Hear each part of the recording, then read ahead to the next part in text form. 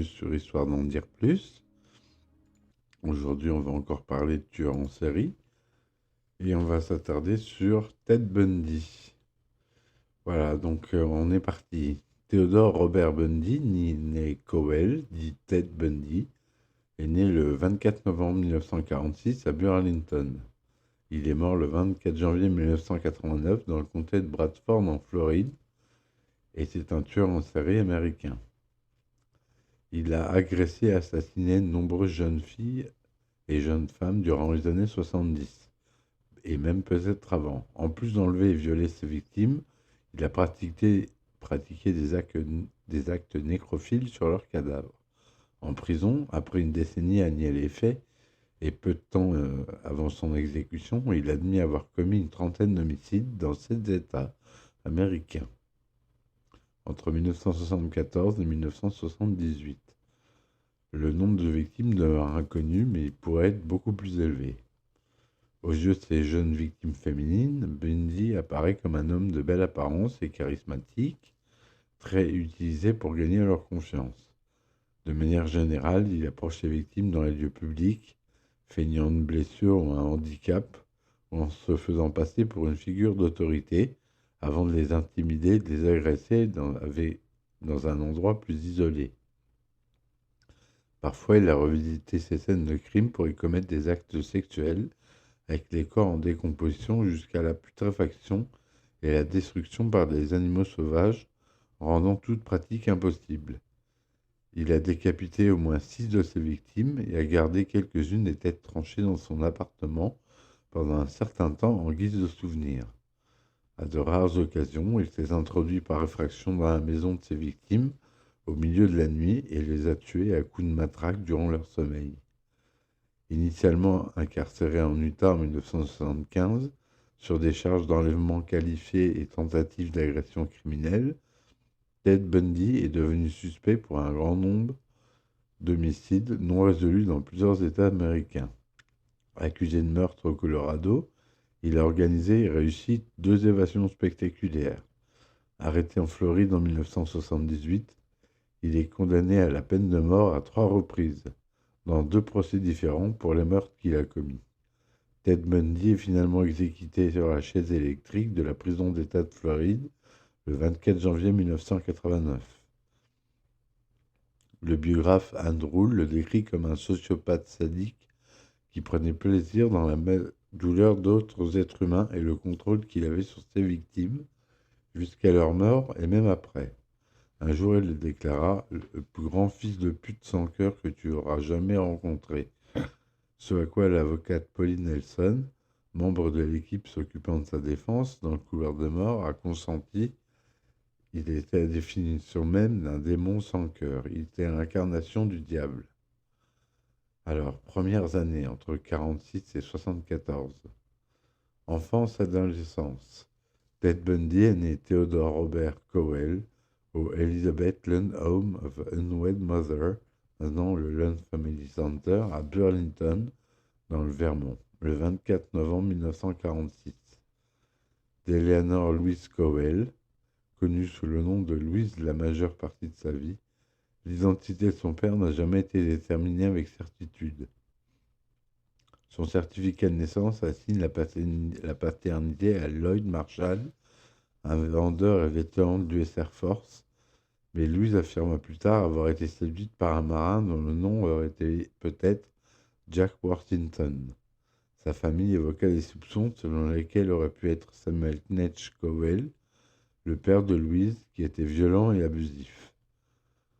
Pendant les 3 premières années de sa vie, Bundy vécut à Philadelphie dans la maison de ses grands-parents maternels, Eleanor Miriam Longstreet Cowell et son mari Samuel, qui l'ont élevé comme leur fils afin d'éviter le stigmate social qui accompagnait les naissances illégitimes à cette époque. La famille, les amis et même le jeune Ted se sont fait dire que ses grands-parents étaient ses parents et que sa mère était sa sœur aînée. Bundy mentionna une petite amie ainsi qu'un cousin lui avait montré une copie de son certificat de naissance après l'avoir traité de bâtard, mais dit au biographe Stephen Michaud et Hugh Henworth qu'il avait trouvé le certificat. Le biographe et écrivain Anne Rule, qui connaissait Bundy personnellement, croit qu'il a retracé son acte de naissance original au Vermont en 1969. Bundy exprima une rancœur envers sa mère tout au long de sa vie pour lui avoir menti à propos de ses véritables parents et de l'avoir laissé découvrir par lui-même. Alors que Bundy parle bien de ses grands-parents dans quelques entrevues et dit à Anne Rule qu'il s'identifiait et respectait et s'accrochait à son grand-père, Ted et d'autres membres de la famille dirent à ses avocats en 1987 que Samuel Netsch Cowell était une brute tyrannique et un sectaire qui haïssait les Noirs, les Italiens, les catholiques et les Juifs, en plus de battre sa femme et le chien de la famille, ainsi que lancer des chats du voisinage par leur queue. Un jour, il poussa même Julia, la sœur cadette de Louise, dans l'escalier pour s'être réveillée trop tard. Parfois, il s'adressait tout haut à des présences invisibles. Au moins une fois, Samuel Cowell entra dans une rage violente lorsque la question de la paternité de Ted fut soulevée. Bundy décrivait sa grand-mère comme étant une femme timide et obéissante qui périodiquement se soumettait à de l'électroconvulsithérapie pour cause de dépression et de l'agoraphobie vers la fin de sa vie. Ted montrait à l'occasion un comportement troublant et même en jeune âge. Julia se souvient s'être réveillée un jour après une sieste entourée de couteaux de cuisine des Cowell. Son neveu de 3 ans était debout près du lit, souriant. En 1950, Louise changea son nom de famille de Cowell à Nelson, enleva son premier nom Eleanor, et à la demande urgente de nombreux membres de la famille, quitta Philadelphie avec son fils pour aller vivre avec les cousins Alan et Jane Scott à Tacoma, dans l'État de Washington. En 1951, Louise rencontra Johnny Culpeper Bundy, un cuisinier d'hôpital, à une soirée pour adultes célibataires à l'église First Methodist de Tacoma. Ils se marièrent plus tard cette année-là et Johnny Bundy adopta légalement Ted. Johnny et Louise eurent 4 enfants et bien que Johnny Bundy ait essayé d'inclure son beau-fils lors des sorties de camping et autres activités en famille, Ted demeurait distant. Il ne se plaignit plus tard à sa petite amie, affirmant que Johnny n'était pas son vrai père, qu'il n'était pas très intelligent et qu'il ne gagnait pas beaucoup d'argent. Les souvenirs de Tacoma chez Ted Bundy varient d'un biographe à l'autre. À Michaud et Hensworth, il racontait vagabonder dans le voisinage, fouillant dans les poubelles à la recherche de photos de femmes nues. À l'avocate Pauline Nelson, il disait parcourir les magazines de détectives, de romans criminels et des documentaires sur des crimes authentiques à la recherche d'histoires impliquant de la violence sexuelle, particulièrement lorsque illustrées de photos de personnes décédées ou de corps mutilés. Toutefois, dans une lettre à Rule, il affirma qu'il n'avait jamais lu de magazine de faits de détective et qu'il frissonnait à l'idée que quelqu'un le ferait. À Michaud, il affirma consommer de grandes quantités d'alcool, qu'il sondait la communauté tard la nuit à la recherche de fenêtres sans rideaux où il pouvait observer des femmes se déshabiller ou n'importe quoi d'autre qu'il aurait pu voir. Les descriptions de sa vie sociale varient également. Il dit à Michaud et à Ainsworth qu'il choisit d'être le seul adolescent parce qu'il était incapable de comprendre les relations interpersonnelles. Bien qu'il maintint une façade d'activité sociale à l'école, il affirma qu'il ne se sentait pas naturellement comment il pouvait se lier d'amitié. Je ne savais pas ce qu'il faisait, ce que les gens voulaient pour être amis. Cependant, les amis de Bundy du Woodrow Wilson High School à Tacoma dirent à Rule qu'il était bien connu et apprécié, et qu'il était un poisson de taille moyenne dans un grand aquarium. Son seul passe-temps significatif était le ski, qu'il pratiquait avec enthousiasme en utilisant du matériel volé et des billets falsifiés. Durant le secondaire, il fut arrêté au moins 2 reprises sur des soupçons de cambriolage et de vol de véhicules.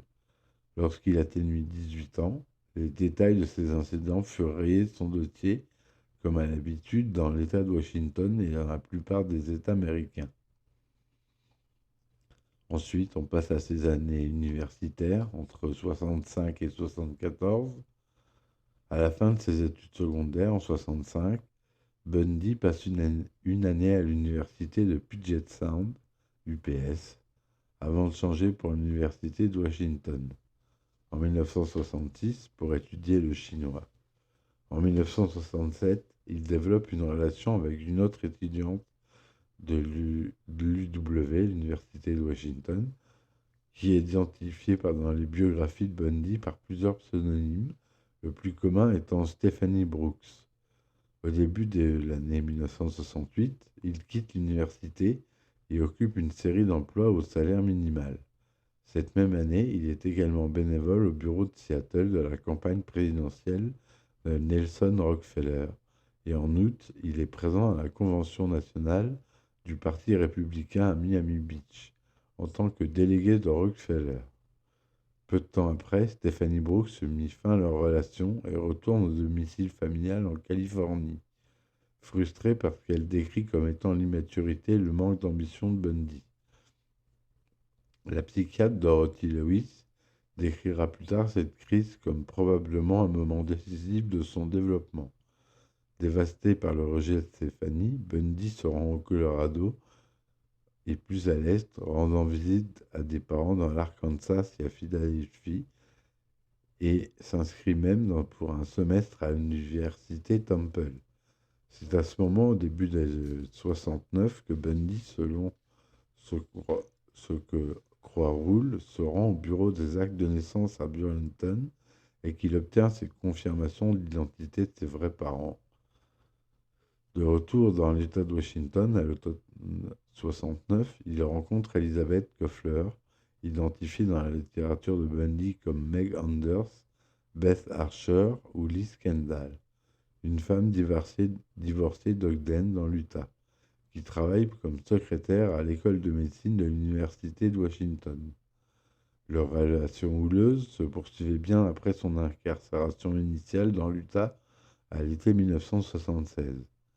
À la mi-70, maintenant concentré et orienté vers un but, il s'inscrit à l'Université de Washington, cette fois à la majeure en psychologie. Il devient un étudiant brillant, bien vu de ses professeurs. En 71, il accepte un emploi au service d'assistance suicide dans un centre de crise à Seattle. Là, il rencontre et travaille avec Anne Rule, une ancienne policière et aspirante écrivain, qui deviendra plus tard l'auteur d'une des biographies les plus fouillées de Ted Bundy, The Stranger Beside Me, l'étranger à côté de moi. Rule ne voit rien de troublant dans la personnalité de Bundy, à ce moment le décrivant comme étant gentil, attentionné et empathique. Après avoir obtenu un Bachelor of Arts à l'Université de Washington avec distinction en juin 1972, Bundy se joint à la campagne de réélection du gouverneur américain Daniel J. Evans.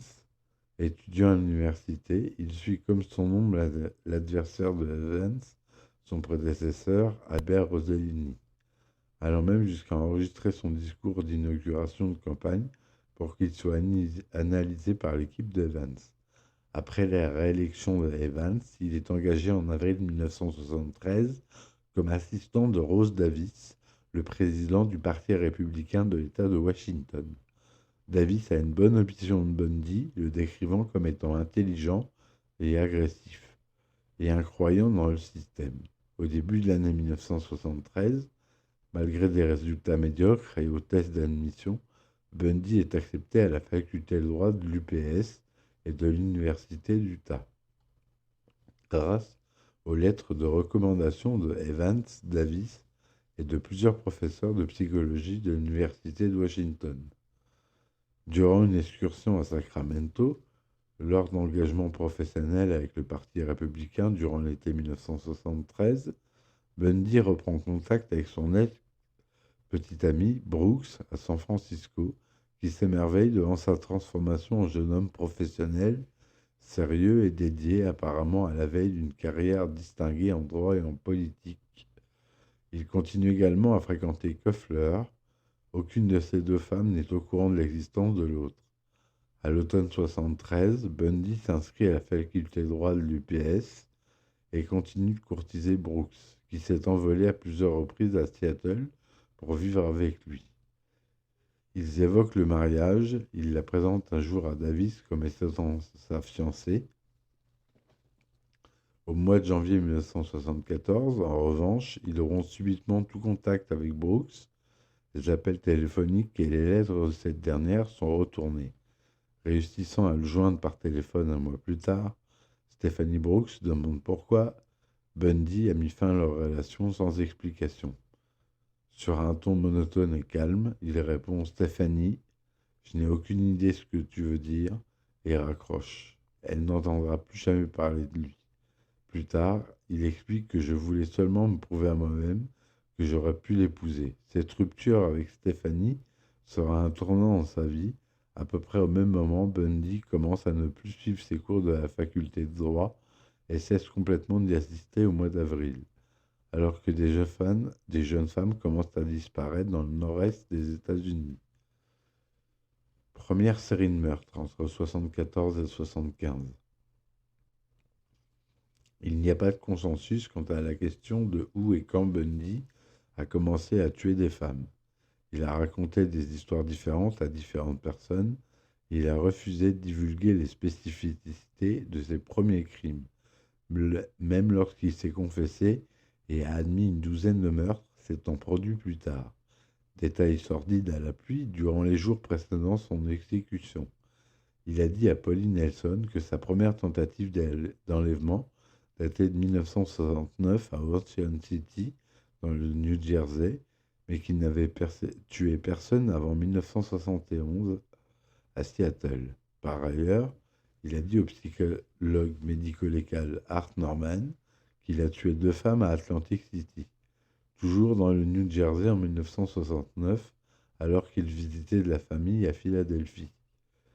Au détective en homicide Robert Keppel, il fait allusion à un meurtre à Seattle en 1972 et un autre en 1973, impliquant un autostoppeur près de Sumwater dans l'État de Washington, mais refuse d'entrer dans les détails. La chanteuse Debbie Harry affirme lui avoir échappé à l'été 1972. Ruhl et Keppel croient tous les deux que Ted Bundy a probablement commencé à tuer à l'adolescence. Certains éléments suggèrent qu'il aurait enlevé et tué Anne-Marie Burr, âgée de 8 ans, à Tacoma en 1961, alors qu'il était âgé de 14 ans. Mais il a nié ces allégations à plusieurs reprises. Ses premiers homicides documentés sont commis en 1974, à l'âge de 27 ans.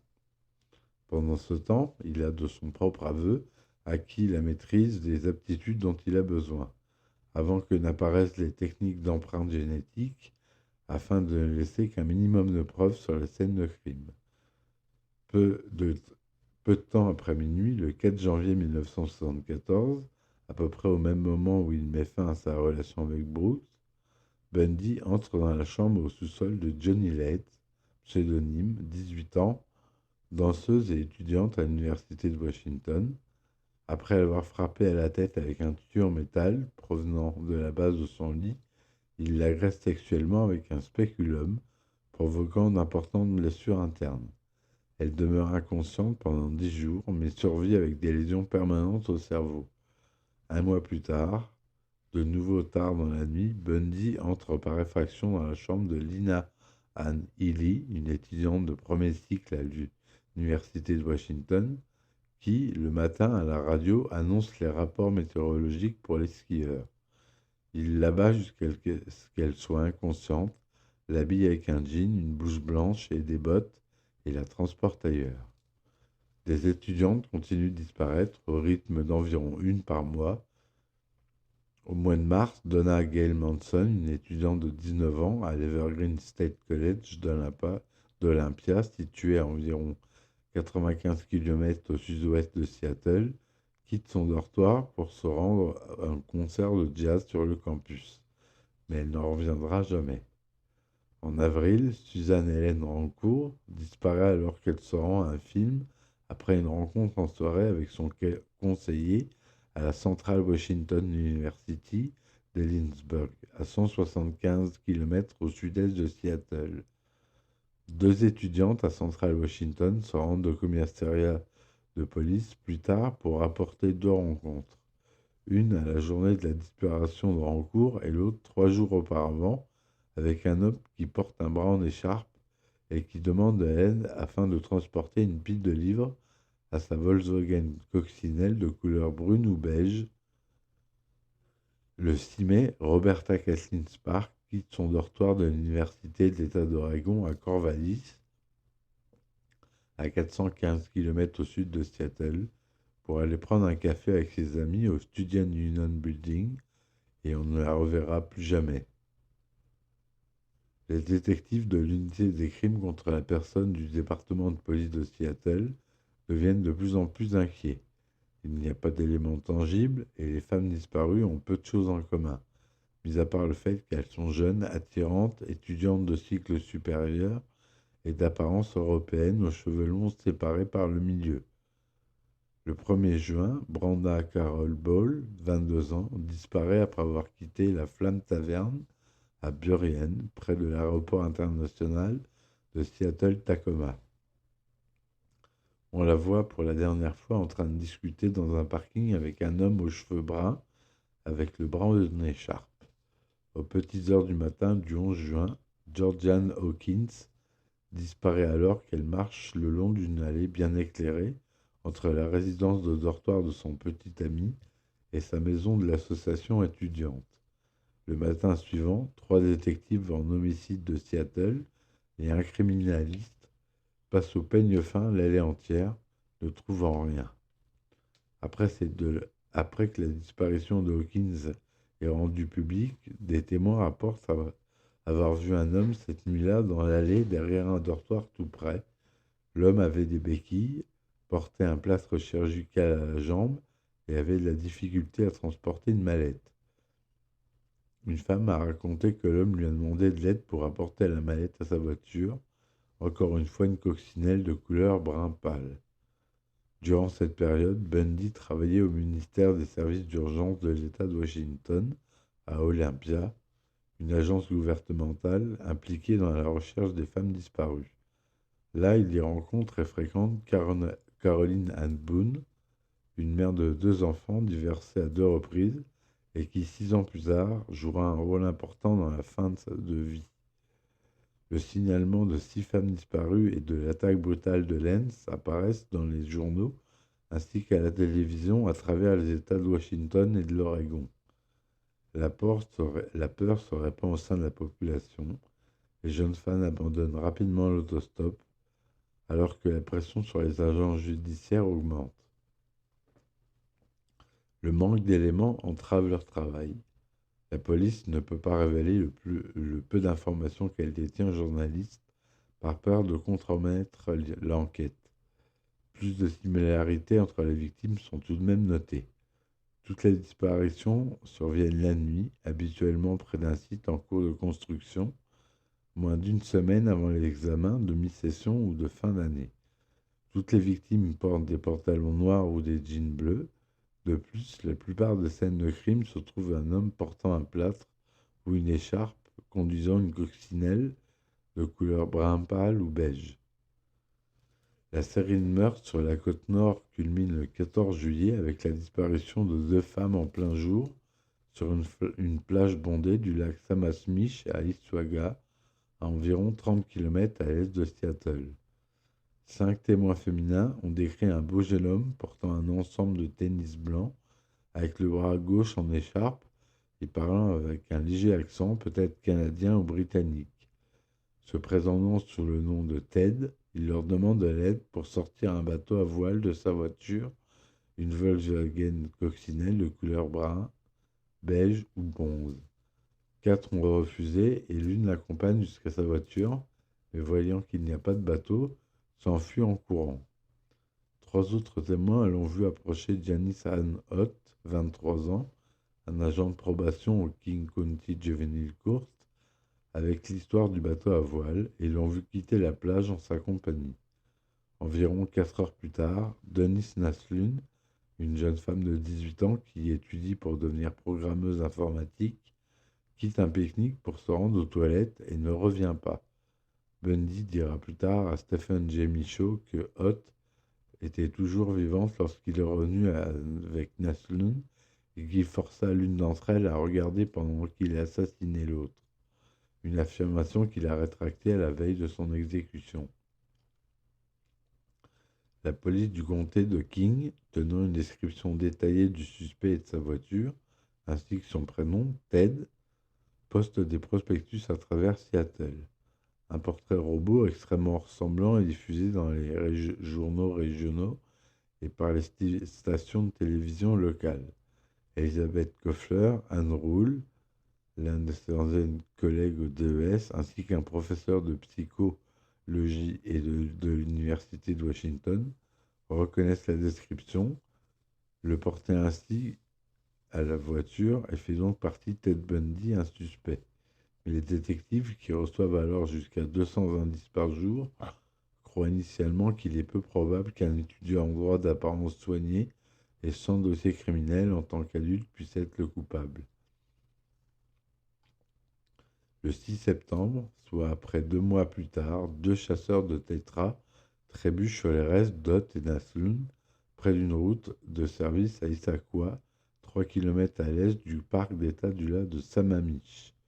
Un fémur supplémentaire et plusieurs vertèbres trouvées sur le site seront plus tard identifiées par Bundy comme appartenant à Georgian Hawkins. Et 6 mois plus tard, les crânes et les mâchoires de Ely, Rancourt, Parks et Ball sont retrouvés à Taylor Mountain, où Bundy se promenait fréquemment avec une quinzaine de kilomètres au sud-est d'Issaquah. Tous montrent d'importantes blessures provoquées par l'usage d'un instrument contondant. En août 1974, Bundy reçoit une seconde admission à la faculté de droit de l'Université de l'Utah et déménage à Salt Lake City, laissant Elizabeth Koffler à Seattle. Bien qu'il lui téléphone souvent, il fréquente au moins une douzaine d'autres femmes. Alors qu'elle est en première année de droit pour la deuxième fois, il était dévasté d'apprendre que d'autres étudiants en droit avaient quelque chose, une certaine capacité intellectuelle qu'il n'avait pas. Il trouva cours complètement incompréhensible, ce qui fut une grande déception pour moi, dit-il. Quelque temps durant l'année, il habite en Utah. Pendant cette période, il est baptisé au sein de l'église mormone, même s'il n'est pas participant actif au rite et qu'il ignore la plupart des restrictions imposées par cette église. Pourtant, lorsqu'on lui demande sa religion au moment de son arrestation, Bundy répondit méthodiste, soit la religion de son enfance. Je bois un petit coup, excusez-moi.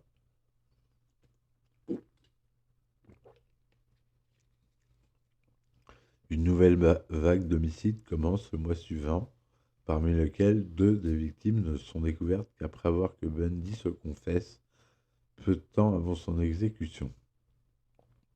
Le 2 septembre, dans l'Idaho, il viole et étrangle une autostoppeuse non identifiée, puis retourne le jour suivant photographier et démembrer le cadavre. Le 2 octobre suivant, il enlève Nancy Wilcox, 16 ans, à Holladay, banlieue de Salt Lake City, et l'emmène dans un bois dans le but, selon ses propres termes, de désescalader ses pulsions pathologiques. Son intention aurait été ainsi de la violer avant de la relâcher. Toutefois, il l'étrangle accidentellement, selon lui, en tentant de la faire taire. Ses restes sont enterrés, dit-il, quelque part près du parc national du Capitol Reef, à quelques 350 km du sud d'Holladay, mais n'ont jamais été retrouvés. Le 18 octobre, Melissa Ann Smith, 17 ans, fille du chef de la police de Midvale, Louis Shirley Smith, disparaît après avoir quitté une pizzeria. Sa dépouille entièrement dénudée est retrouvée à Summit Park 9 jours plus tard. Son autopsie indique qu'elle a pu rester en vie jusqu'à 7 jours après sa disparition. Le 31 octobre, à environ 40 km au sud de l'E.I., toujours dans l'Utah, Laura N. M., également âgée de 17 ans, disparaît après avoir quittait un café peu de temps après minuit. Sa dépouille entièrement dénudée est retrouvée par des randonneurs non loin de l'américaine Fort Canyon, dans les montagnes Wasatch. Le jour de Thanksgiving, les femmes ont toutes deux été battues, violées et sodomisées, puis étranglées avec une paire de bas en nylon. Des années plus tard, Bundy a décrit ses rituels post-mortem avec les restes de Smith et Haim, incluant le lavage de leurs cheveux et l'application de maquillage. Le 8 novembre, lors d'une soirée pluvieuse à Murray, Ted Bundy aborde une opératrice téléphonique de 18 ans, Carol Daronch, à proximité du centre commercial Fashion Place, à 1 kilomètre du restaurant de Midvale où Melissa Ann Smith a été vue pour la dernière fois. Il s'identifie en tant qu'agent Roseland du département de police du Murray, dit à Daronch que quelqu'un a essayé de voler son automobile et lui demande de l'accompagner au poste pour remplir une plainte. Lorsque Daronch lui signale qu'il conduit sur une route qui ne mène pas au poste de police, il se gare immédiatement dans l'accotement et essaie de la menotter. Daronch se débattant, Bundy ferme par erreur les deux menottes au même poignet. Daronch parvient alors à ouvrir la porte de la voiture et à prendre la fuite. Plus tard pendant la soirée, Deborah Kent, une lycéenne de 17 ans de Bountiful dans l'Utah, à environ 30 km de Murray, disparaît après avoir quitté une pièce de théâtre de l'école afin d'aller chercher son frère. La professeure de théâtre ainsi qu'un autre étudiant déclarent à la police qu'un étranger leur a demandé de l'accompagner dans le parking afin d'identifier une voiture. Une autre étudiante voit plus tard le même homme dans le fond de l'auditorium et le professeur d'art l'aperçoit encore peu de temps après la fin de la représentation. À l'extérieur de l'auditorium, les enquêteurs retrouvent une clé qu'ils déverrouillent, les menottes enlevées du poignet de Carol Daronch. En novembre, Elizabeth Koeffler, dont les lectures l'ont informé de la disparition de deux jeunes femmes autour de Salt Lake City, appelle la police du comté de King une deuxième fois. Le détective Randy Ergenmeyer de l'unité de crime majeur l'interroge en détail. Pendant ce temps, les suspicions sur Bundy se sont considérablement renforcées, mais le témoin du lac Sammamish, considéré comme étant le plus fiable par les détectives, ne parvient pas à l'identifier lors d'une séance d'identification photographique. En décembre, Elizabeth Koeffler appelle Delmar Ellsworth Gerson, le shérif du comté de Salt Lake, et lui fait part de ses doutes. Le nom de Bundy est ajouté à la liste des suspects, mais à ce stade, aucune preuve sérieuse ne le lie au crime de l'Utah.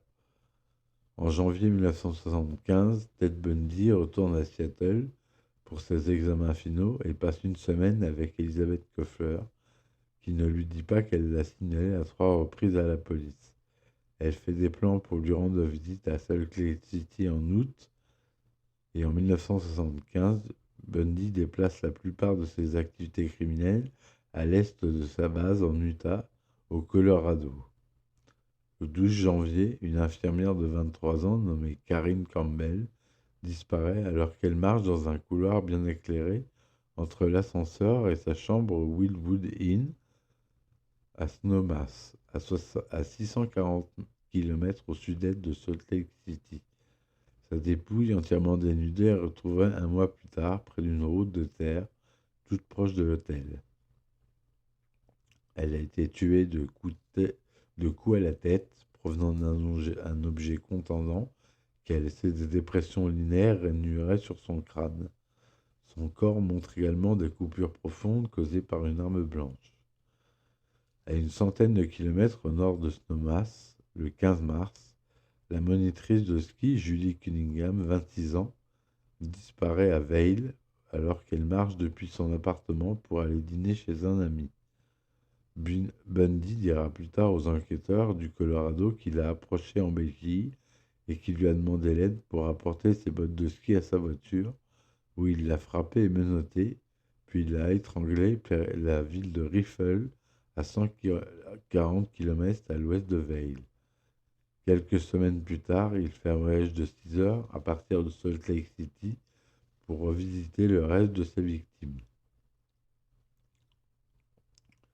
Denise Oliverson, 25 ans, disparaît près de la frontière entre l'Utah et du Colorado à Grand Junction le 6 avril. Alors qu'elle se rend chez ses parents à vélo, sa bicyclette et ses sandales sont retrouvés sous un viaduc près d'un pont ferroviaire.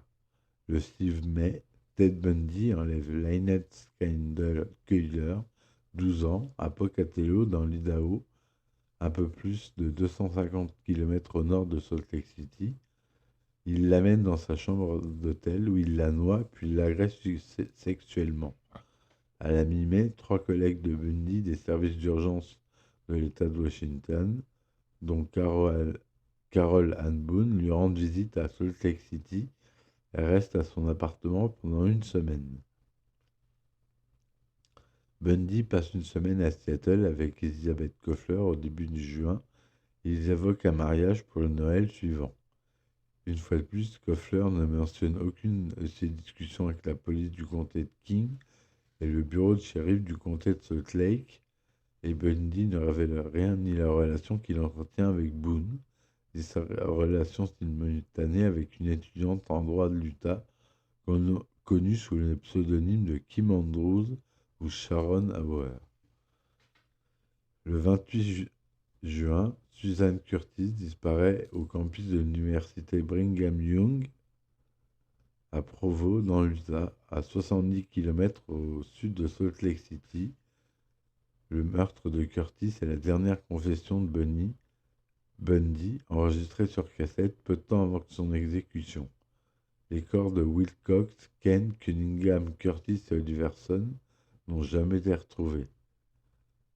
Dans l'État de Washington, les enquêtes ont tous difficulté à analyser la série de meurtres du Nord-Ouest Pacifique qui prend fin aussi abruptement qu'elle a commencé, avec la volonté de tirer un sens d'une quantité incroyable d'informations.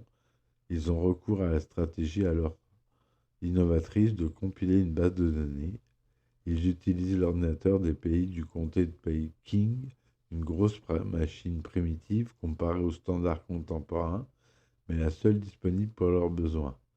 Après avoir saisi les multiples listes qu'ils ont compilées, collègues de classe, amis de chaque victime, propriétaires de Volkswagen nommé Ted, délinquants sexuels connus, etc., ils lancent l'ordinateur sur la recherche de coïncidences. De plusieurs milliers de noms, 26 se retrouvent sur les 4 listes différentes. L'un d'eux est celui de Ted Bundy. Les détectives compilent également une liste de leurs 100 meilleurs suspects et Bundy est aussi sur la liste. Il est littéralement sur le dessus de la pile des suspects quand l'annonce de son arrestation arrive en Utah. Première confrontation avec la justice entre 1975 et 1977. Première arrestation en 1975.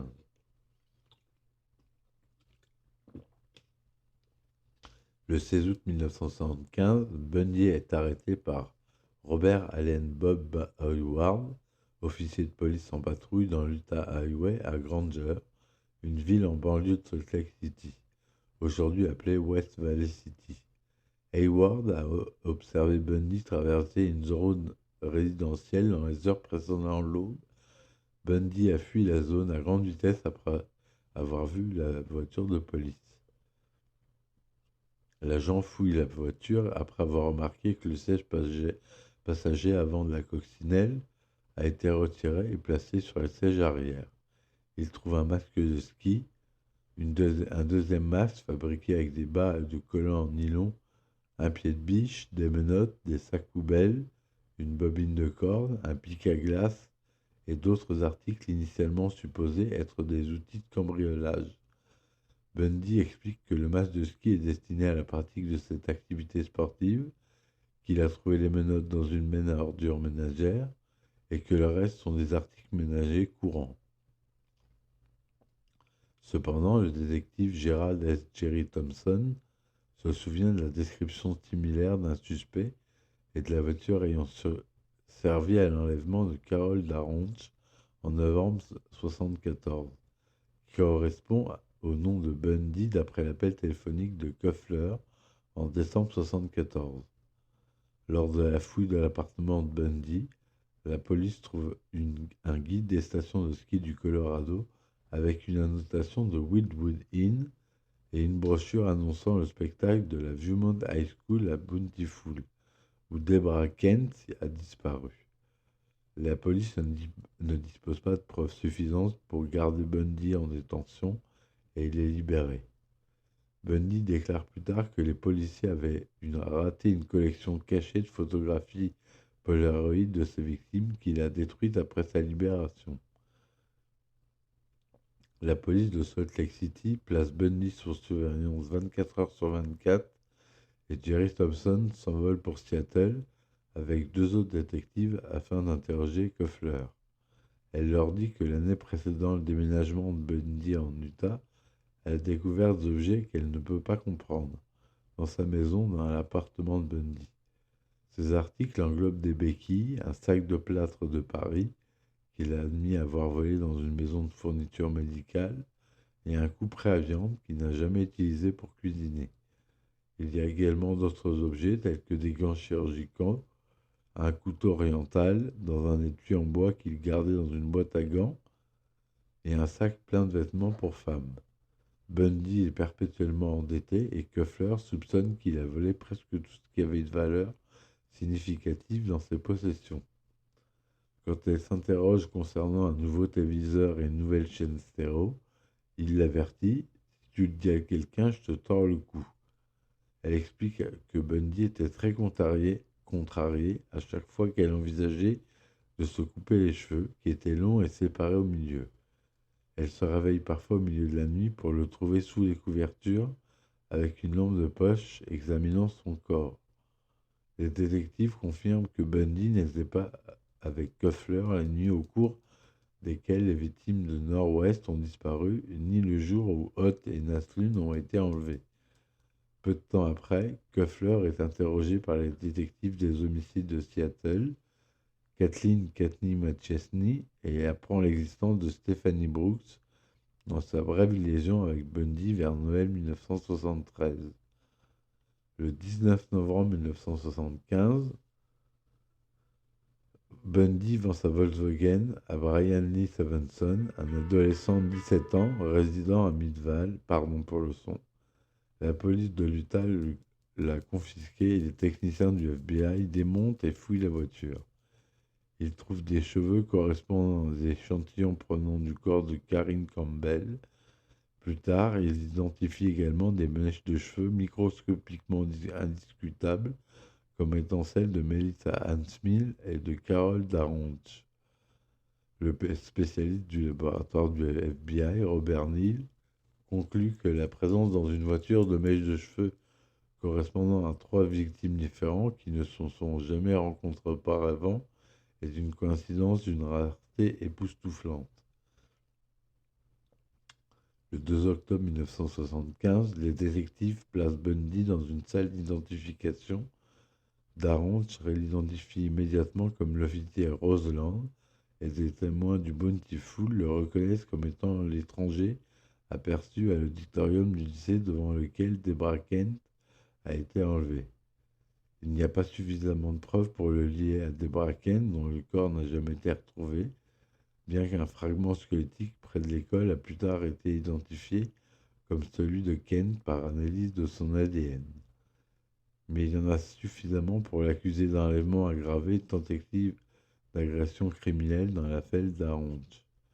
Le 20 novembre, il est libéré sous caution de 15 000 $, corrigé par l'inflation, ça équivaut à peu près 75 000 $ de nos jours, payé par ses parents, et passe la plupart du temps jusqu'au procès à Seattle dans la maison de Koffler. La police de Seattle n'a pas de preuves suffisantes pour l'inculper sur les meurtres du Nord-Ouest, mais le garde sous étroite surveillance. Quand Ted et moi sortions sous un Porsche pour aller quelque part, a écrit Koffler, tant de voitures police banalisées ont démarré que cela ressemblait au début de l'Indy 500. L'Indy 500, c'est une course de voitures très connue aux États-Unis. En novembre 1975, les 3 principaux enquêteurs de l'affaire Bundy, c'est-à-dire Jerry Thompson de Utah, Robert Keppel de Washington et Mike Fisher du Colorado se rencontrent à Aspen dans le Colorado et échangent des informations avec 30 détectives et procureurs de 5 États américains. Alors que les responsables quittent la réunion, plus tard connue sous le nom de Sommet d'Aspen, convaincus que Bundy est le meurtrier qu'ils recherchent, ils conviennent que ces preuves sont plus solides seront nécessaires avant qu'il puisse être accusé de l'un de ces meurtres. Premier procès en 1976.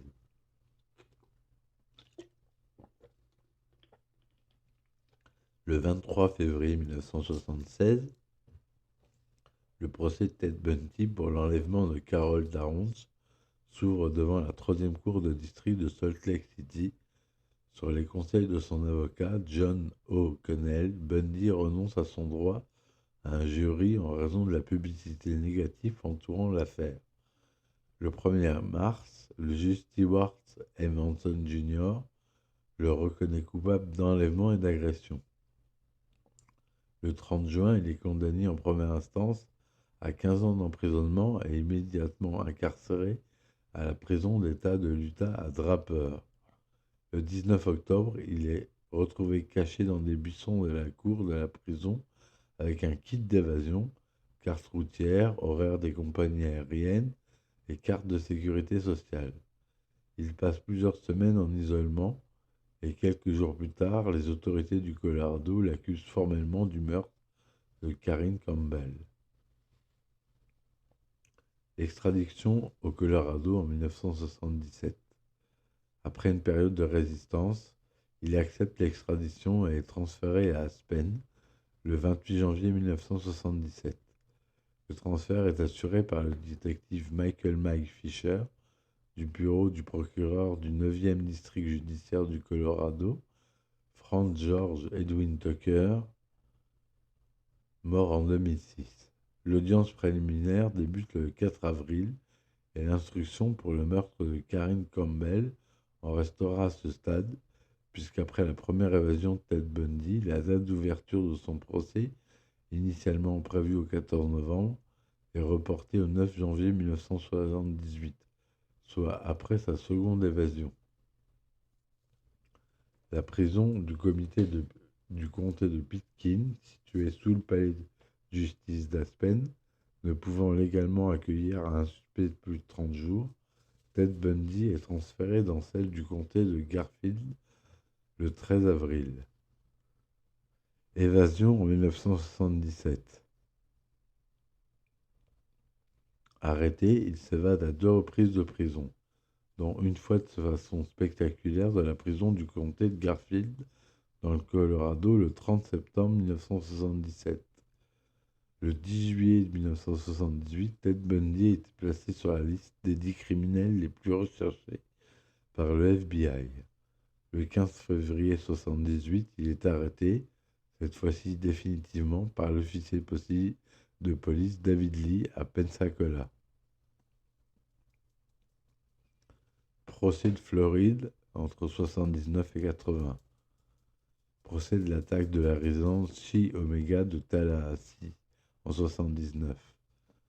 Le 24 juillet 79, après avoir assuré sa défense lui-même, grâce à ses études de droit et l'assistance de 5 avocats, il est reconnu coupable de 2 meurtres, ceux de Lisa Janet Levy et Margaret Elizabeth Bowman, de 3 tentatives d'assassinat sur Kathleen Kleiner, Rubin, Karen Chandler et Cheryl Thomas, et de 2 cambriolages.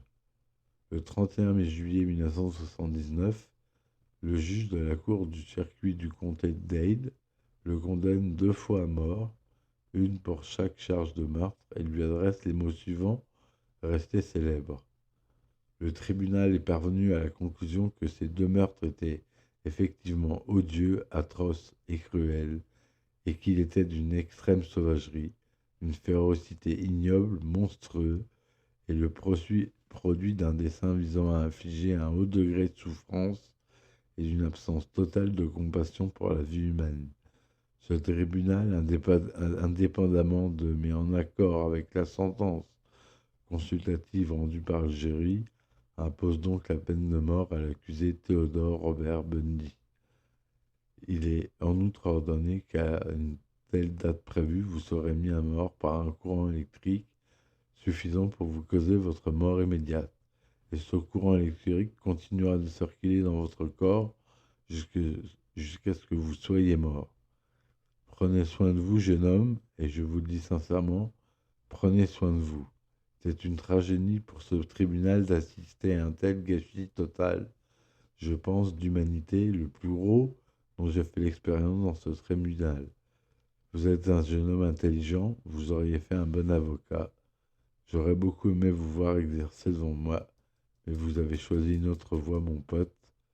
Prenez soin de vous, je n'ai aucune animosité envers vous, je tenais à ce que vous le sachiez.